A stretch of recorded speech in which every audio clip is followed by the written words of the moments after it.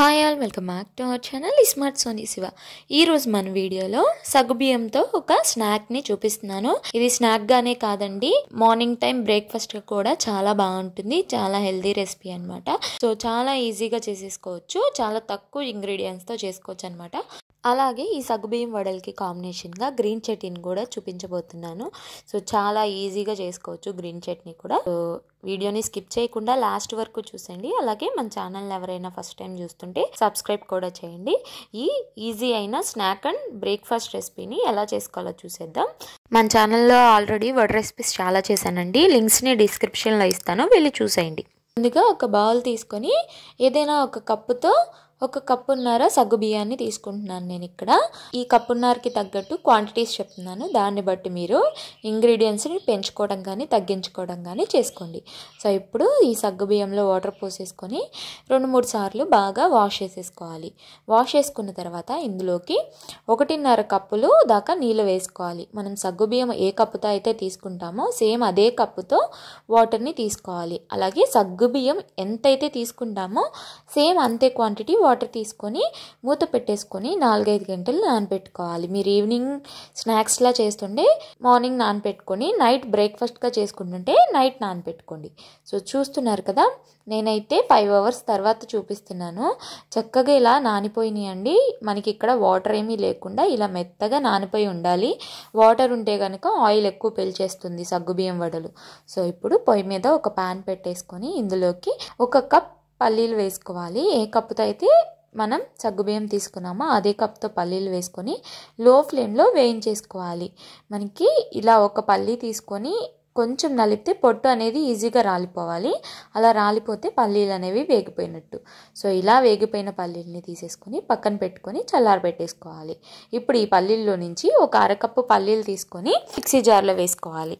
ఇప్పుడు ఒక 2-3 పచ్చిమిర్చి వేసుకొని అలాగే 1 కప్ పుదీనా, 1 కట్ట కొత్తిమీరను కూడా వేసుకోవాలి. ఈ గారెల్లోకి ఈ గ్రీన్ చట్నీ చాలా బాగుంటుందండి. సో తప్పకుండా ట్రై చేయండి. సో ఇందులోకి ఒక 1/2 టీ స్పూన్ ఉప్పు, 1/2 టీ స్పూన్ జీలకర్ర, ఒక 1/4 టీ స్పూన్ దాకా పంచదార, ఒక నిమ్మకాయని పిండుకొని ఆ రసాన్ని వేసుకొని మిక్సీ పట్టేసుకోవాలి మెత్తగా. తగినన్ని వాటర్ వేసుకుంటూ నేను వీడియోలో చూపిస్తున్న విధంగా ఇలా మెత్తగా మిక్సీ పట్టుకోవాలి. అంతేనండి, చాలా సింపుల్గా గ్రీన్ చట్నీ అయితే రెడీ అయిపోయింది. దీన్ని పక్కన పెట్టేసుకుందాం. ఇప్పుడు మిగిలిన 1/2 కప్పు పల్లీలు ఉన్నాయి కదా, వాటిని పొట్టు తీసేసుకొని వీటిని మిక్సీ జార్లో వేసేసుకొని నేను వీడియోలో చూపిస్తున్న విధంగా ఇలా కొంచెం పలుకుగా మిక్సీ పట్టేసుకోవాలి. మీకు రోలు ఉంటే దంచుకోండి. సో ఇలా మిక్సీ పట్టుకున్న వాటిని సగ్గుబియ్యంలో వేసుకొని ఇందులోకి కారానికి తగినట్టు పచ్చిమిర్చిని కట్ చేసుకొని వేసుకోండి. నేను ఇక్కడ 4-5 పచ్చిమిర్చి వేస్తున్నాను. అలాగే 1 టీ స్పూన్ జీలకర్ర, రుచికి సరిపడా ఉప్పు, నేనైతే ఒక 1/2 టీ స్పూన్ ఉప్పు వేసాను.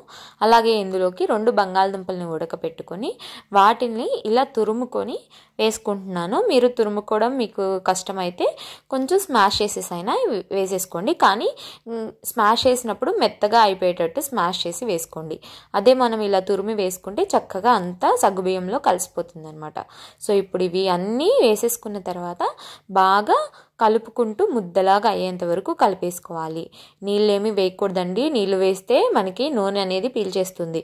సగ్గుబియ్యంలో ఉన్న తడితో అలాగే బంగాళదుంపల్లో ఉన్న మాయిశ్చర్తోనే ఇదంతా కలిపేసుకోవాలి. ఇలా కలిపేసుకున్న దాన్ని ఏ సైజులో అయితే మీరు గారెలు చేసుకోవాలనుకుంటున్నారో వడలు, ఆ సైజులో మనం తీసుకొని చేతిలో వేసుకొని కొంచెం నీళ్ళు తడి చేసుకొని ఒత్తుకొని మధ్యలో హోల్ పెట్టేసుకోవాలి. మీకు హోల్ ఇష్టం లేకపోతే నార్మల్గా అయినా చేసేసుకోవచ్చు. సో నేను వీడియోలో చూపిస్తున్న విధంగా చేసేసుకొని ప్లేట్లో పెట్టేసుకోవాలి. ఇలాగే అన్నిటిని కూడా ఒకదాని తర్వాత ఒకటి చేసుకొని ప్లేట్లో పెట్టేసుకొని ఇప్పుడు డీప్ ఫ్రైకి సరిపడా ఆయిల్ పెట్టేసుకొని ఆయిల్ కొంచెం హీట్ అయిన తర్వాత ఒకదాని తర్వాత ఒకటి వేసుకుంటూ ఈ వడల్ని కాల్చుకోవాలన్నమాట. వడలు వేసిన తర్వాత అసలు ఎట్టి పరిస్థితుల్లోనూ గెంటు పెట్టి కదపొద్దండి. అవి కొంచెం బ్రౌన్ కలర్లోకి మారాక అప్పుడు టర్న్ చేసుకుంటూ తిప్పుకొని మీడియం ఫ్లేమ్లోనే ఫ్రై చేసుకోండి. నేను వీడియోలో చూపిస్తున్న విధంగా ఇలా గోల్డ్ కలర్ వచ్చేంత వరకు ఫ్రై చేసేసుకోవాలి.